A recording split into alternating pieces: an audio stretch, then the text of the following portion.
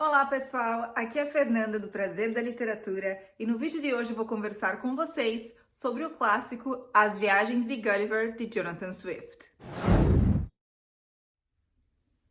Esse é um livro muito interessante porque você provavelmente já ouviu falar nas Viagens de Gulliver, talvez até quando criança você assistiu alguma adaptação cinematográfica ou então para desenho em que o Capitão Gulliver chega em uma ilha que é habitada por homens minúsculos e ele é amarrado pelos seus cabelos e pelas mãos e pelos pés. Ele sofre ataques com flechas que são tão minúsculas que parecem que ele está sendo atacado por agulhas. Enfim, lembrou lá? Eu, quando criança, assisti a diversas adaptações das Viagens de Gulliver, então eu tinha essa ideia de que se tratava de uma história infantil. Mas não, muito pelo contrário. As Viagens de Gulliver é um tratado sobre a política inglesa do século XVIII que trata de temas sociais com muita ironia, com muito sarcasmo, e é um dos exemplos da sátira do século XVIII. A sátira, de uma maneira geral, é um texto que ridiculariza certas pessoas ou atitudes, instituições políticas ou sociais, com o intuito de trazer uma reflexão sobre as práticas feitas nessas entidades. E claro que um dos alvos mais comuns da sátira é a política e as pessoas envolvidas em assuntos políticos, tanto hoje como lá no século XVIII. O Jonathan Swift, que é o autor desse livro, ele era um autor muito engajado politicamente, ele escreveu panfletos políticos, mas esses panfletos poderiam causar muitos problemas. Aliás, o Swift foi sentenciado várias vezes por ter publicado certos textos que eram considerados inapropriados pelo governo da época. Então, a sátira era uma maneira de tratar desses assuntos sérios, mas de uma maneira divertida e, é claro, indireta, então ninguém poderia levar a culpa por isso. O que é muito interessante da primeira edição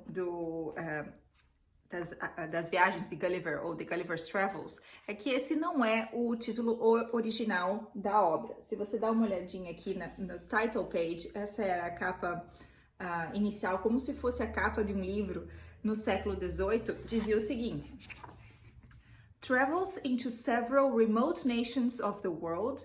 Então, viagens a várias nações remotas do mundo, em 4 partes, por Lemuel Gulliver, primeiramente um médico e depois capitão de diversos navios.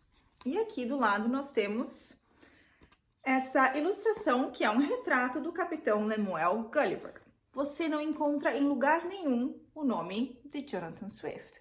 Então, se você fosse um leitor do século XVIII, que tivesse acesso a esse livro aqui, com essas informações na capa, o que você pensaria? Que você estava lendo uma memória ou uma narrativa de viagem escrita pelo Capitão Gulliver, que provavelmente existiu de verdade e que estava contando sobre as suas experiências nessas remotas nações do planeta. A gente tem que lembrar que o século XVIII era um período de expansão, principalmente para o Império Britânico, que estava crescendo muito. Havia colônias inglesas em diversas partes do globo, e lugares novos eram descobertos um tanto quanto regularmente. Então era comum esses aventureiros, eles se chamavam de aventureiros ingleses, que saíam em expedições, em navios, atravessavam o Oceano Atlântico, iam em busca de lugares desconhecidos ainda pelo mundo, que naquela época se resumia à Europa, o mundo ocidental. E depois que eles voltavam das suas experiências, era comum eles escreverem e publicarem as suas memórias. E esse tipo de narrativa era muito comum no século XVIII e já estava virando um certo clichê. Então, um leitor do século XVIII que tivesse acesso a essa informação aqui, provavelmente pensaria: aí está, mais uma memória de um tal Capitão Gulliver que viajou o mundo e voltou para contar a sua história. Mas não!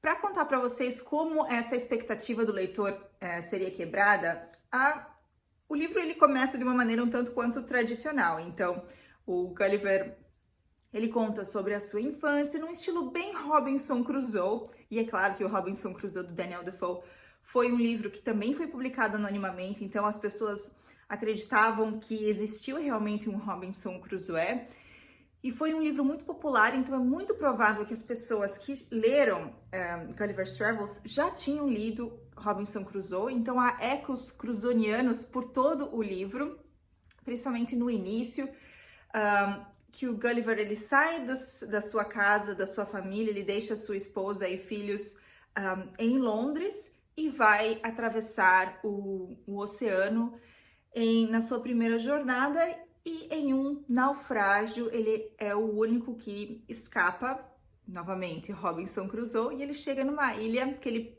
acreditava ser deserta, porque de acordo com a longitude e a latitude, naquele lugar não deveria existir nada, mas ele encontrou uma ilha e ele estava tão exausto que ele simplesmente dormiu, e quando ele acordou ele estava todo amarrado, o cabelo amarrado, as mãos, os pés, e quando ele olha, ele vê que há essas pessoas minúsculas em sua volta, e ele descobre que ele está numa ilha chamada Lilliput, e essas pessoas são os Lilliputianos, e ele então percebe que ele está num lugar que nunca ninguém tinha estado antes, nenhum europeu tinha estado antes.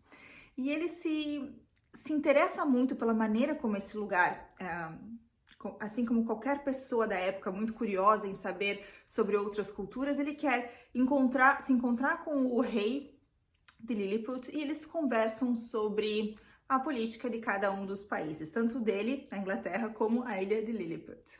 E o engraçado é que em nenhum momento o Gulliver ele nega a existência de pessoas minúsculas, ele simplesmente aceita o fato de que existe uma ilha remota onde uma raça ou uma espécie nova de criatura, que são essas pessoas minúsculas, vivem. E é aí que a expectativa do leitor, que pensava estar lendo uma narrativa de viagem ou memórias de experiências de aventureiros, percebe, peraí, então isso aqui é outra coisa, e começa a ter uma relação diferente com o texto, com o autor, e começa a desafiar algumas das suas prerrogativas do que ele imaginava que aquela leitura seria.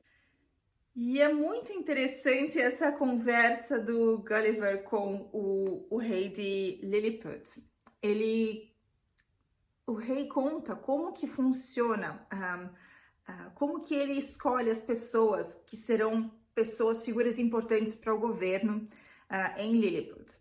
E é o seguinte, eles colocam uma corda bamba, e todas as pessoas que querem ter um cargo importante no governo vão até esse local e pulam na corda bamba, fazem acrobacias para ver quem pula mais alto e quem faz as acrobacias mais perigosas. Quem conseguir vai ser escolhido o ministro de Lilliput. E é claro que há uma crítica aí, mesmo que velada, há uma crítica ao sistema político britânico do século XVIII e dessa arbitrariedade de apontamento de pessoas na política. Naquele momento, aí a gente está em 1726, então na Inglaterra a rainha Anne já tinha morrido e agora estava quem era o sucessor, quem era o rei da Inglaterra era o Jorge I, mas principalmente no reinado da rainha Anne, havia duas forças políticas, dois partidos políticos que dominaram o cenário político inglês durante todo o século. Eram os Whigs e os Tories. Você talvez já ouviu falar sobre esse termo. Os Tories, de uma maneira geral, faziam parte do partido mais conservador, eles eram tradicionais. Eles apoiaram a dinastia Stuart, quando da Revolução Gloriosa, em que James II foi forçado a abdicar em favor do protestante William III. Desde essa polaridade política com a questão da sucessão do Charles II, se seria o seu irmão, o legítimo herdeiro Stuart, o James II, que era católico, ou então convidar um novo monarca, um protestante, mas que era um forasteiro, um estrangeiro, que seria o William III, o rei holandês. Então, por um momento, quem reinou foi o James II, mas depois, com a Revolução Gloriosa, ele foi obrigado a deixar a coroa para trás em favor do William III e da Mary II. Mas o que eu quero dizer com esse contexto político é o seguinte, que havia esses dois partidos. Então, os Tories eram conservadores, eles eram royalistas, então eles apoiavam a monarquia, o rei como autoridade máxima, e eles apoiavam ou davam ou favoreciam a nobreza que possuía terras. Então, os nobres que tinham propriedades de terra na Inglaterra. Do outro lado, os Whigs eram o partido mais liberal, então eles eram mais tolerantes eles chamavam de não conformistas, então religiões que não eram a High Church of England, a igreja anglicana, então eles eram mais tolerantes com essas pessoas de outras religiões.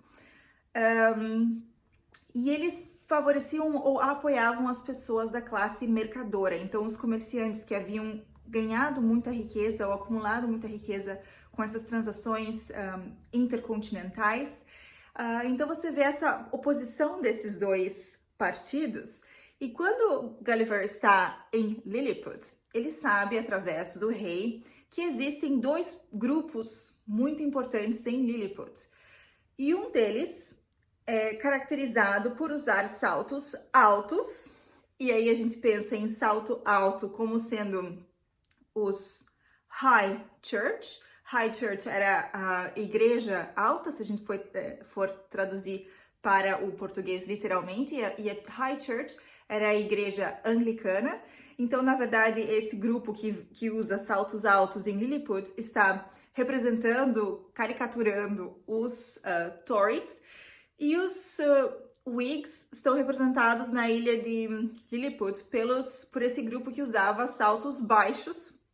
E aí vem do termo Low Church, que é a igreja baixa, também se a gente for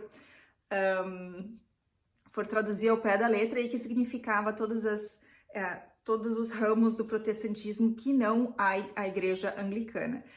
E é muito interessante como o rei de Lilliput fala como esses grupos são eles discordam em tudo, que eles não conseguem nem comer juntos, nem estar no mesmo ambiente, e que causou uma grande divisão da ilha de Lilliput. E é claro que aconteceu a mesma coisa em Londres, apesar de que a palavra Londres não é citada, muito menos Whigs ou Tories. Outra coisa muito interessante que eu acho na viagem de Gulliver a Lilliput, e essa é só a primeira das nações que ele visita 4 nações diferentes. Em Lilliput, Lilliput é uma ilha, e a ilha vizinha de Lilliput se chama Blefuscu, e eles estão em guerra há muito tempo, e sabem por quê? Porque essas duas ilhas discordavam com relação a qual lado do ovo tinha que ser quebrado para comer o ovo. Então, de um lado, em Lilliput, eles acreditavam que deveria quebrar do lado maior ou menor, enfim, e do outro lado acreditava o oposto. E por isso eles haviam criado guerra entre essas duas nações, muitas rebeliões, pessoas morreram, tudo pela discussão sobre qual lado do ovo quebrar. E aí está talvez uma crítica que o Swift faz sobre essa luta. E tantas pessoas que morreram na Inglaterra, em contrapartida à França católica e a Inglaterra protestante. Então a França e a Inglaterra não discordavam com relação a qual lado do ovo quebrar, mas eles discutiam como interpretar o texto sagrado, e isso causou tantas guerras e tanto conflito que em Lilliput, o Swift redimensiona essa luta religiosa para que lado do ovo você tem que quebrar.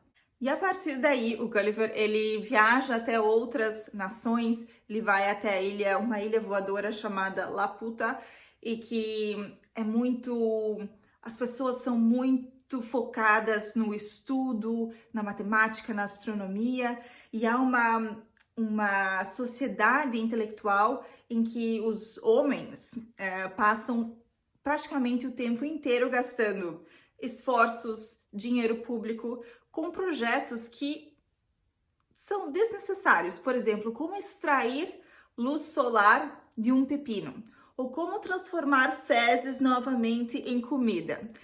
Então, esse tipo de projeto que, além de impossível, não traria benefício nenhum à sociedade. E enquanto essas pessoas estão ali trancadas dia e noite nessa sociedade, as pessoas, a comunidade que está fora desses portões está morrendo de fome, na miséria. Então aí também tem uma crítica social muito grande. Mas além de tudo isso, apesar dessas camadas de significado, de crítica e de sátira através do humor, como o Swift exagera essas coisas, deixa a narrativa bem leve, bem engraçada. Eu me diverti muito, tinha partes do livro que eu tinha que parar para ler, para rir em voz alta, mas eu reavaliei o meu entendimento das viagens de Gulliver, porque na minha cabeça se tratava de uma história infantil. E se a gente perceber a história apenas no nível narrativo, com o Gulliver sendo o protagonista principal, que visita diversas nações no mundo, é uma história de aventura, ok, é interessante, para um público infantil é legal, mas tem muito mais nesse texto. Todas as camadas de crítica social, de crítica política britânica. É claro que a gente precisa ter um conhecimento do contexto, tanto histórico, político, social, para a gente entender essas críticas do Jonathan Swift. E não é à toa que esse livro foi publicado anonimamente, mas como havia tanta ficção como escondida ou como verdade, eu acredito que as pessoas não acreditaram que existiu realmente um Capitão Gulliver, apesar de que o retrato dele está lá logo no início da primeira edição. Mas é muito interessante pensar num leitor do século XVIII que estava acostumado a ler livros como Robinson Crusoe ou Memórias de Capitães, chegando no momento da narrativa em que ele encontra essas pessoas minúsculas e, a partir daí, reavaliando todo o seu papel como leitor e todo o papel do Gulliver como protagonista, como autor. E, por fim, depois que foi descoberto que o Jonathan Swift, quem escreveu esse livro, aí a discussão continuou muito, muito mais. Aliás, até hoje essa discussão é feita. E eu queria compartilhar esse livro com vocês. Espero que vocês tenham gostado de saber mais sobre as viagens de Gulliver. E espero que vocês tenham conhecido esse lado mais político dessa narrativa, que é um clássico da literatura inglesa do século XVIII. Se você gostou desse vídeo, não se esqueça de curtir, de comentar, de compartilhar. Se você ainda não é inscrito no canal, não deixe de se inscrever. Uma ótima semana a todos e, é claro, ótimas leituras!